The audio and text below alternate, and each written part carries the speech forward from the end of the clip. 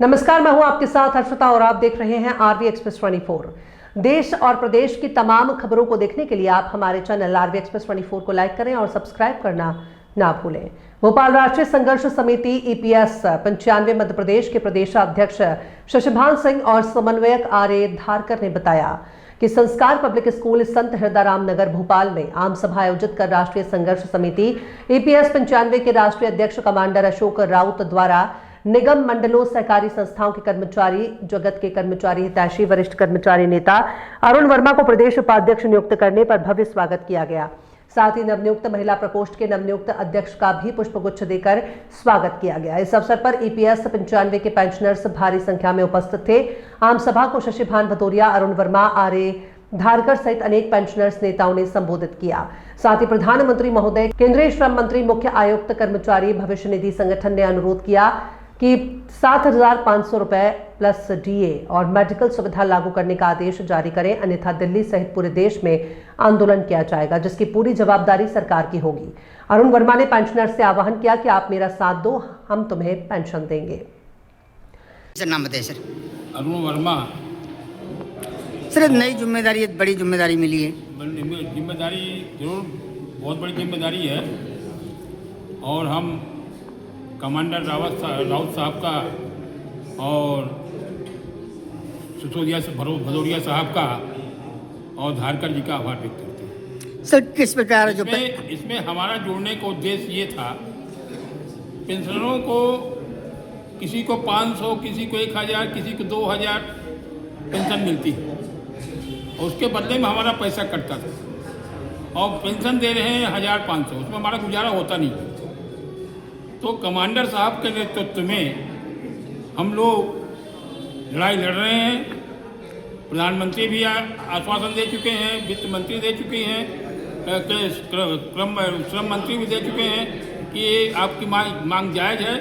यहाँ तक कि 20 से 25 सांसद भी इस पर समर्थन में हैं।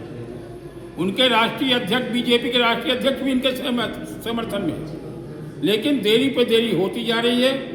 हम लोग उन पर दबाव बना रहे हैं। ये बराबर हम लोग सचेत कर रहे हैं कि हमारा आदेश जारी करिए, अन्यथा हम लोग पूरे देश में आंदोलन करेंगे, जिसकी जवाबदारी आपकी होगी। धन्यवाद। सर, पहले तो परिचय दे दीजिए आपका। मैं शशिभान सिंह भदौरिया, प्रदेश अध्यक्ष, राष्ट्रीय संघर्ष समिति ईपीएस 95। सर, आज बैठक हुई, क्या मुद्दों पर चर्चा हुई सर? हमारी बैठक जो है, एक तो हमारे नए उपाध्यक्ष श्री वर्मा जी आज यहाँ उनको प्रमाण पत्र दिया गया है और बने हैं, वो नई ऊर्जा लाएंगे। अभी हमारा पूरे देश में पेंशनर वृद्धि के लिए संघर्ष चल रहा है।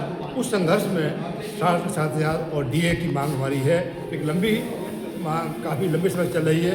उसके लिए कई बार हमें प्रधानमंत्री और श्रम मंत्री से आश्वासन मिल चुके हैं। उसके बावजूद भी अभी तक हमारी मांग पूरी नहीं हुई।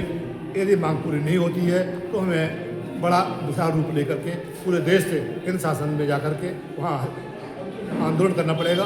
इसके लिए हम तैयारी कर रहे हैं। सर, क्या वजह है सरकार जो पेंशन नीति लागू नहीं कर पा रही? पेंशन नहीं करने का एक सरकार का जो है लगातार आश्वासन मिल रहा है। आश्वासन से हम जिंदा नहीं रखते। आश्वासन मिला जरूर है, मगर पेंशन नहीं मिल रही है। हम अभी तक उनको लगातार सहयोग करते रहे और उसके बावजूद पेंशन नहीं मिलेगी तो हमें मजबूरन उनका विरोध करना पड़ेगा। तो ये हमारी मजबूरी है। संगठन के लोग काफ़ी जो है लंबे अरसे से अपनी आवाज़ उठा रहे हैं, उसके बावजूद भी पेंशन नहीं मिल रही है। ये बड़ा दुर्भाग्य हमारा। और 87 लाख लोग हैं जो कि इस संघर्ष में हमारे साथ में उनके परिवार हैं और अभी तक हम शासन का समर्थन करते रहे हैं। यदि मांग मंजूर नहीं हुई, निस्संदेह हमें आंदोलन करना पड़ेगा। उसके लिए चाहे हमें आर पार की लड़ाई करनी पड़े, उसके लिए हम मजबूर हो जाएंगे। सर, नाम बता दीजिए सर। आर.ए. धारकर, प्रदेश समन्वय ईपीएस 95 राष्ट्रीय संघर्ष समिति भोपाल।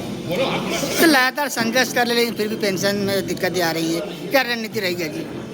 हम लोग बराबर जो है हमारा जो कमांडर साहब है अशोक राउत, राष्ट्रीय अध्यक्ष, उनके जैसे समय समय जो निर्देश मिलते हैं उन्हीं के अनुसार हम लोग आंदोलन भी कर रहे हैं।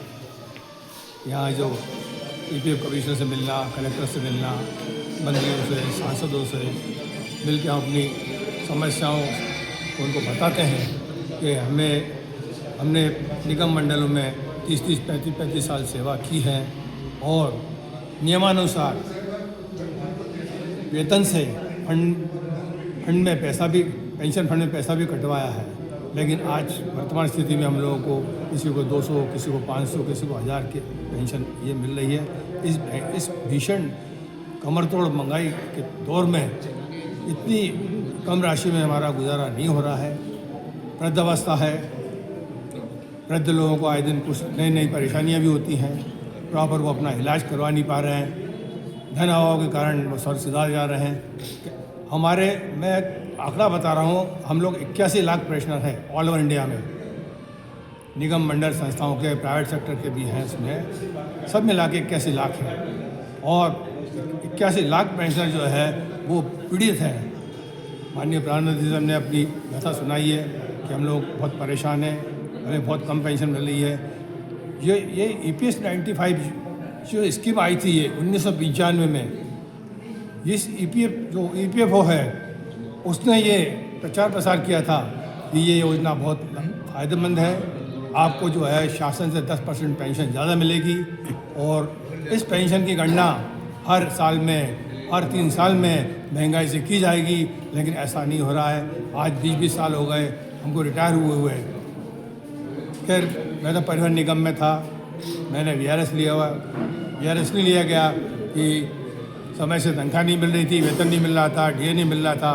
हमें मजबूर होकर इस संस्था को बंद करने के आदेश हुए और करीब 14,000 कर्मचारियों ने ज़बरदस्ती VRS लिया है, स्वैच्छिक सचिव, और पेंशन भी ऐसी कम मिल रही है। और कितना परेशान है आप? इतनी उम्र हो गई है कि अब कहीं हमको रोज़गार भी, कोई नौकरी दे नहीं पा रहा है और हाथ पर भी अब जवाब दे रहे हैं। हम माननीय प्रधानमंत्री, माननीय श्रम मंत्री, वित्त मंत्री से हमने गुहार लगाई है और निश्चित बजट के पूर्व या बजट के पहले हमारी समस्या का निराकरण होगा।